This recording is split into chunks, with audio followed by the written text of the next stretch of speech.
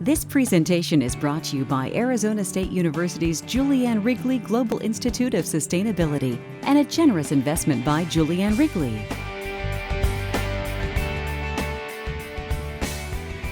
This is the point in the narrative where I will introduce the climate change issue. The first consensus report on global climate change to be produced by American scientists was the report of the National Academy of Sciences in 1979, chaired by Roger Revelle. And basically it reported a consensus among scientists that the greenhouse gases were going up due to human activities. We had started to measure these in an empirical way in the 1950s. Revelle himself was one of the scientists involved in that.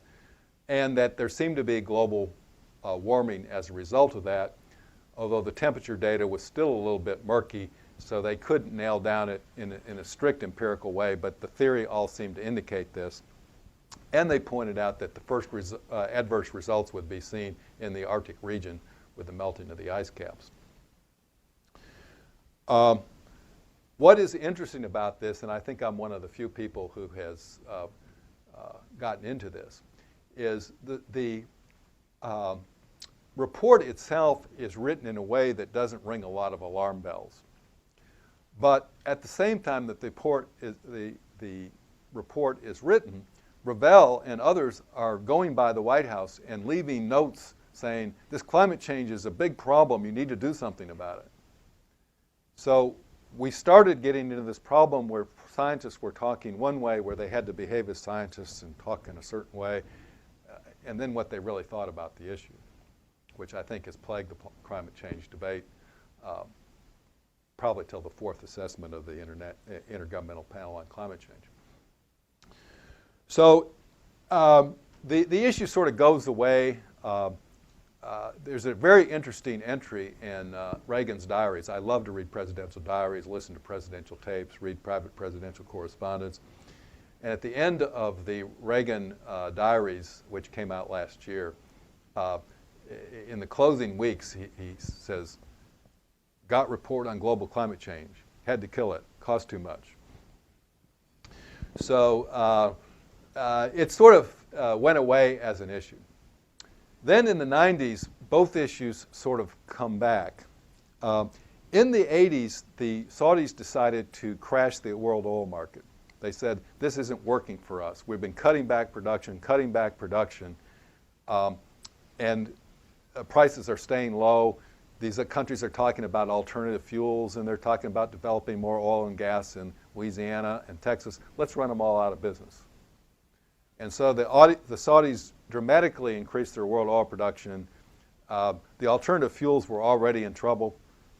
This pretty much ended a lot of alternate fuel projects. It wiped out a lot of investments in new oil and gas production in Louisiana and Texas. The Saudi action did not immediately reassert the power of OPEC in the world, but it did achieve their short-term objective and eventually was an important step to doing that. Now we're sitting here, and the Saudis are thinking long-term, how do we get control back of the world oil market? And we're thinking, hallelujah, prices are going down. So we don't need to do anything about this problem. And at that point, you can see the import levels stay low until 85, and then they start coming up. And by the time I was appointed into the Clinton administration, when we arrived in Washington in 93, it was very clear that imports were headed up to back to, say, 60% higher than they'd ever been. But if you didn't want to deal with the problem, you could still say imports are still lower than they were in 1977. So you can prove anything you want by picking the base year. I don't know. If imports sort of go like this, and say you're here in the spectrum. I have a chart on this in the book that has the real data. So this is just, so you're here, and if you measure imports to here, it looks like you got a big problem, but if you measure them from there, it looks like you're doing okay, And there's nothing like a good line graph because most energy experts will pick their base year based on what they're trying to convince you of. I try to be an objective statistician. So we're getting dug in this hole, and we get a false sense of security when the Persian Gulf War comes along, because the Persian Gulf War removes from the world supplies the production from Iraq and Kuwait, which would seem to be a huge problem. And it did at first force up prices.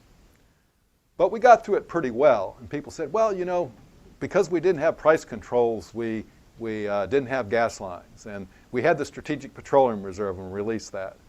The reason it was not a bigger problem was the Saudis were on our side, and they increased their production by about 5 million barrels a day, and they were able unilaterally to replace the oil from Kuwait and from Iraq.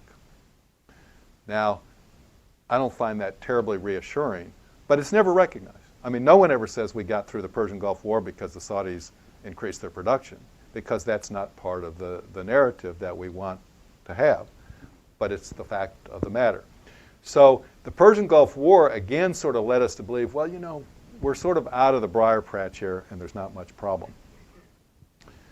About the same time, the world's governments are deciding it's time to do something about climate change, particularly the Europeans and the Japanese. So there's a meeting down at Rio de Janeiro where the world's countries have decided that they are going to enter into a pact on climate change. And the big issue in the news is President Bush going to go? And Bill Riley, who is the head of administrator of the Environmental Protection Agency, very much wanted the president to go, and he eventually went. And the general idea was that to deal with climate change, the first step would be that the world's developed economies would agree to stabilize their emissions at 1990 levels. And the Europeans wanted to have stronger language, and the United States only signed based on the agreement that compliance, or that the nations would use voluntary measures to achieve this. And it looked at the time like this probably was going to be doable, because the economy of the Soviet Union had fallen apart, so their emissions were way, way down. We'd had a bit of a recession in the United States in the early 90s, so our emissions hadn't gone up that much. And I forgot to mention, allow me to retreat back in history for a moment. When we reduced oil imports by 50%, carbon emissions in the United States went down 9% over that 5-year period. We did not have a carbon policy, but because we had an energy policy, we reduced sharply carbon emissions. Now, these are not publicly published data, but EIA has to model historical data in some cases to run its models. So these are the best estimates of an independent source. They only start publishing greenhouse gas data from 1980, but you can model the data from 77, and that's where that comes from. Okay, now we're back. We run the Rio Treaty, I think. The Rio Treaty, we sign up, or we pretty much say we're going to stable at 1990 levels, and we totally ignore it. So we don't do anything about climate change. And we don't do anything about oil dependency. In fact, we retrogress. In the 1990s, we sold off oil to the Strategic Petroleum Reserve, which we store for emergencies to help balance the budget. Now, this would have been an ideal time to add to the Strategic Petroleum Reserve because oil was cheap. But when oil is cheap, we don't think we need to do anything about it. So we have this conflict that when we're able to do something about it, we don't care, and when we care, we can't do something about it. So we have to get a little smarter about looking at the historical perspectives. Then the Congress, in its wisdom, passed a 5-year ban on the Department of Transportation doing any studies of mileage efficiency in automobiles, because all sorts of new technologies were coming into play that would allow autos to be more efficient. And under the laws already on the books, the Transportation Department, by rule, could have raised the level above 27.5. It would be interesting to go back and interview the congressmen who voted for that today and ask them why that was such a good idea. But we never do that. People always get off scot-free. One of my goals in life is to give credit to the people who do good things, even if it's 30 years after the fact. and hold people accountable who do the wrong thing. That falls into I have several points in the book where I said later generations will ask what could they possibly have been thinking. Well, we also, this is a little bit in the next decade, we convinced the Chinese to stop having punitive tariffs on luxury gas-guzzling automobiles. Now there's a real winner. But we believed so much in free trade and getting in the way of we don't want any tariffs getting in the way of free trade, that we virtually demanded that the Chinese open up their automobile market. And if you'll read their reports sometimes that they publish in China on compliance with a World Trade Organization mandates, that they brag that we're now importing all these gas-guzzling automobiles just like you told us to. So we are digging ourselves into a hole.